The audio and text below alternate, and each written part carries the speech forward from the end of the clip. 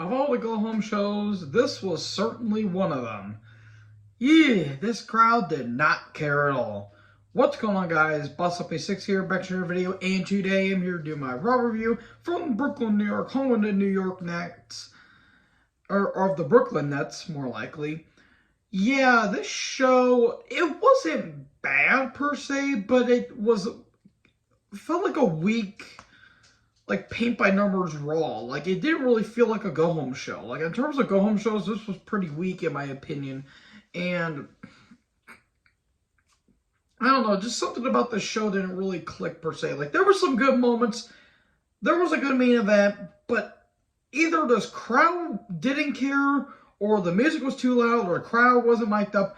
This crowd felt like it did not give two damn. So, anyways, without further ado, let's get into this proper review. It's talking about Becky Lynch and Adam Pearce in the ring.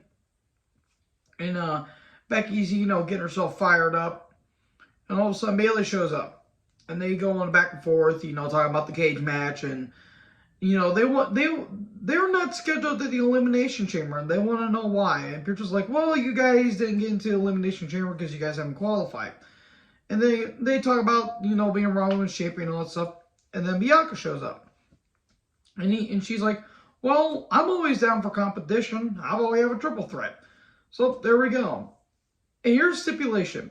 If Becky or Bayley win, if they pin Bianca, then they're both in the chamber. Or if Bayley wins, she's in the chamber. Or if Becky wins, she's in the chamber. However, if Bianca wins, neither of them are in the chamber. So there you go. Kind of I made it sound confusing, but it was very simple. Kind of the story of my life.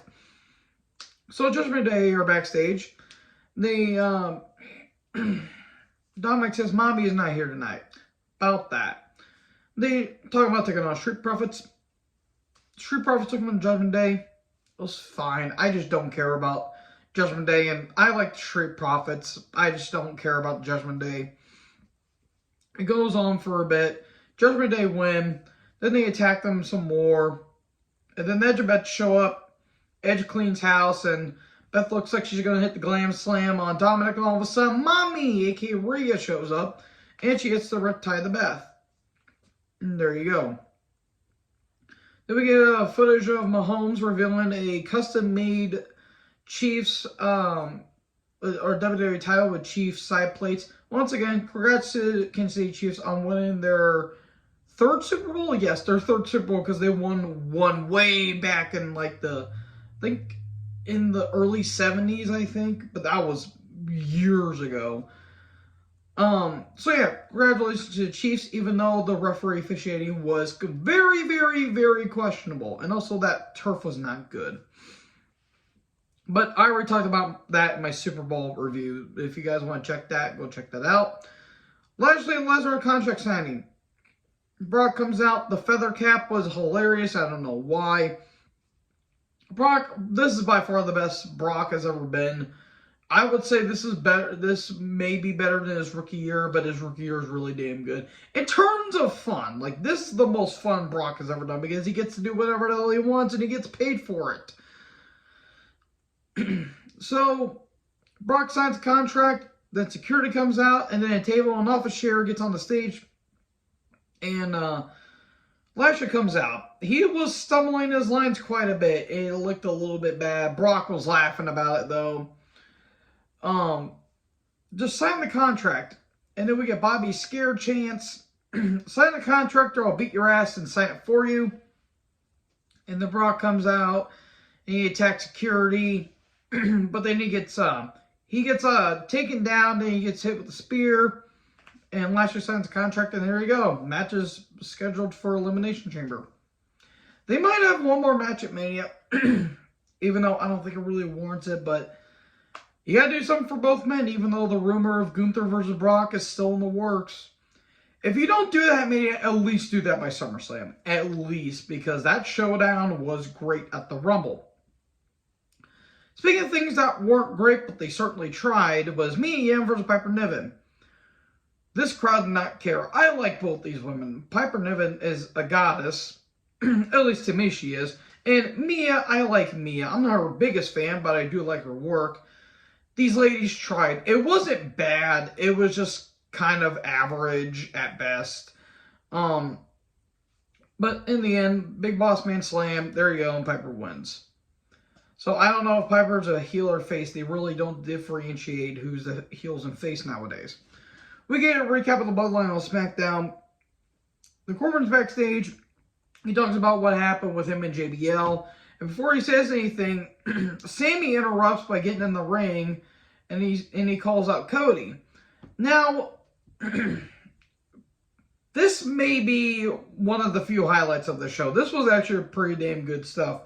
Because normally, when you have a very red-hot babyface in Sami Zayn, he's challenging Roman for the title in his hometown of Montreal at the Chamber. Normally, Cody, aka the Royal Rumble winner, who you've been setting up basically ever since after his pectoral muscle injury, you've been setting it up for months and making this grand return.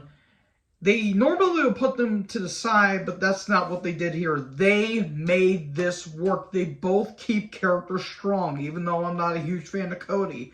I appreciate what Sami has done, especially with this Bloodline storyline. They go back and forth, and Sami's like, I don't want any lip service. Do you think I can beat Roman? And Cody's like, well, that's not for me to decide. That's for you to decide. Do you believe you can beat Roman? And Sami's, having, conflict with himself because he doesn't know, because Roman's been dominant for the past 2.5 years. And he's, starting to doubt himself, and even, and Cody's like, you know what? When you win the title, I don't want to see you next Monday. I want to see you at WrestleMania, or I'd rather see you at WrestleMania. That's basically the cliff notes of it, folks. The live clips, the clip is out there on YouTube. I would go check it out. This was some pretty good stuff. Even though the Cody character, it's over the top, smoke and mirrors, pomp and circumstance, all this stuff. Good athlete. It feels like he's trying way too hard. This is how you do both characters right, and you don't make the other one look like you don't. One doesn't overshadow the other. You don't make one like. I'll end up by saying here. You don't make the other character like kind of like background noise. That's basically what I'm trying to say here. So yeah, solid stuff. The Mella and Cross are backstage, and Asuka shows up. Jesus, Asuka. And she's like, why is everyone acting weird? And then Candace shows up. Why are you stalking me at the airport there, Nikki? Then Baron Corbin's backstage. And he thought it was rude that his promo got interrupted. Then Cody is coming out from behind some doors. And then Corbin thinks that, his pec injury wasn't a big deal. He says his brother sucks, his father sucks, and he goes talk about his dog. Then Cody attacks Corbin. They go out by the ring. Cody took on Corbin in an impromptu match.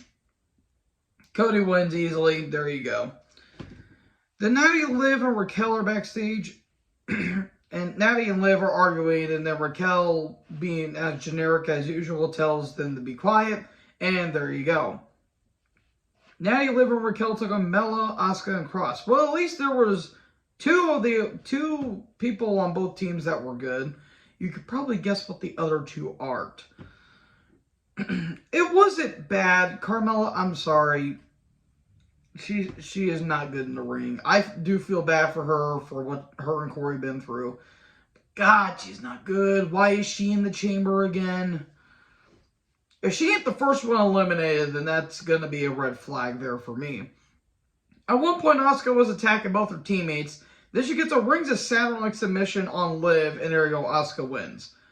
If they don't have Asuka win, then I don't know what the hell that they're doing here. It's clearly going to be Asuka versus Bianca for the title at Mania, and give Asuka finally her Mania moment that she should have gotten years ago. South Academy are backstage. Otis is eating a hot dog with mustard. I don't know why I had to put with mustard, but, you know, pay attention to detail, I guess. And Gable throws it, says that's bad for you. And it somehow lands on Mansoor's glasses. And the Maximum Male Show, oh my god, this gimmick will not die. This Maximum Male Models gimmick is terrible. And Maxine talks about, being the, a role model and a fitness model and all this stuff. And Gable talks about himself, and she was like, I was actually talking about Otis. This is bad. This is really bad. This was really when the show started to test my patience. Also, Ross Reed shows up and he just laughs at both of them. And there you go. Speaking of Reed, he took on Ali. Well, they made Ali kind of like a David versus Goliath here. At one point, Ali got tossed in the timekeeper's area on a chair. Ouch. That looked like that hurt. Ali did hit a pretty good tornado DT at one point, but the tsunami! And Bronson Reed wins. The crowd popped for that. So there you go. Reed wins and Ali continues to somehow be irrelevant. I don't know what they're doing with Ali, in all honesty. Recap of Judgment Day earlier. Edge and Beth, Kathy Kelly backstage. She interviewed Corbin. I forgot to mention that. Kathy was looking great. Beth, they're tired of this Judgment Day stuff. They want it to end. And it's been going on for a year. And Beth says Judgment Day are going to be reminded why we're called the Grit Couple. So, Miss TV, Rollins comes down. What in the Super Mario boots is Seth wearing is what I wrote that. Seriously, what in the hell were those? Seriously, they were so distracting. I don't know what was going on. But, Seth talks about the chamber, and Miz brings up Logan Paul. Seth calls Logan a dumpster fire for human being. He's not wrong, especially what he's been doing lately. Saying things about, people that commit suicide in the Japanese suicide force and also scamming people. What? Logan Paul scamming people? I'm shocked.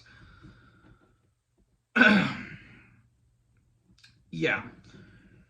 So, Mike keeps saying, why aren't you say, you say Logan's name on the Pat McAfee show, but you don't say it when you're in the ring. Why is that? And Miz goading him to do it, and then Seth tells Mike to shut up, and he's like, ooh, we're getting serious because we're calling him by our real names now, and he says the reason why I don't say his name is because he doesn't deserve it, and he says, I want to punch his teeth down his throat. Then he calls Miz stupid, and Miz says, I'm not stupid, and he says, I at least headlined WrestleMania. He says, you haven't. Well, he did main event, but he never technically headlined. Seth did, which is weird to say.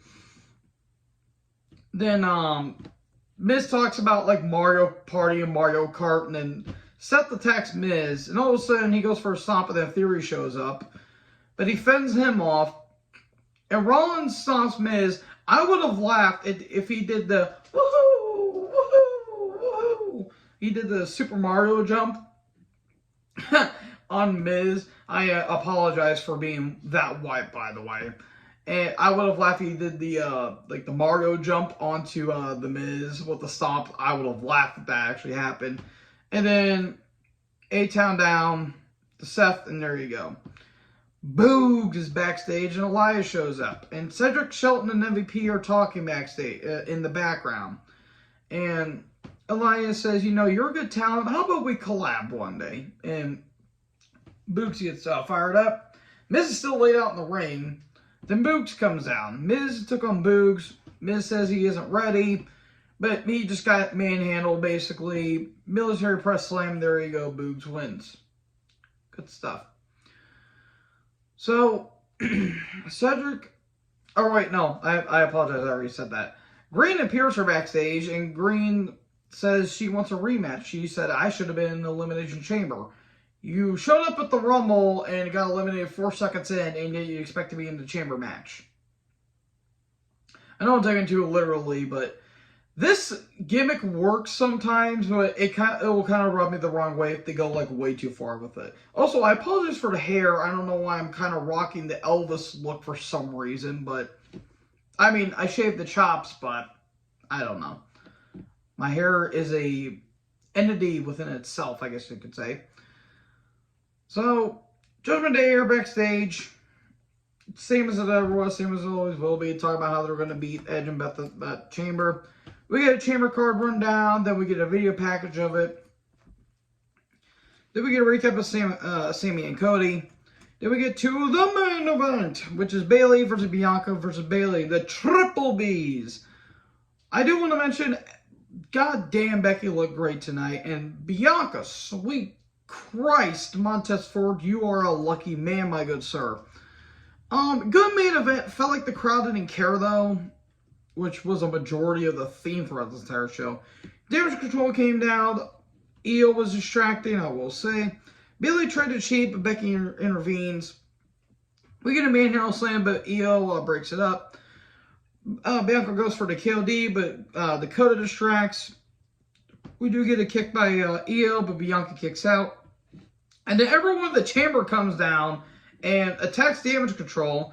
Io then gets Gorilla Press, or gets thrown on everyone on the outside. We get a manhandle slam to Becky, then a KOD to Becky on top of Bayley.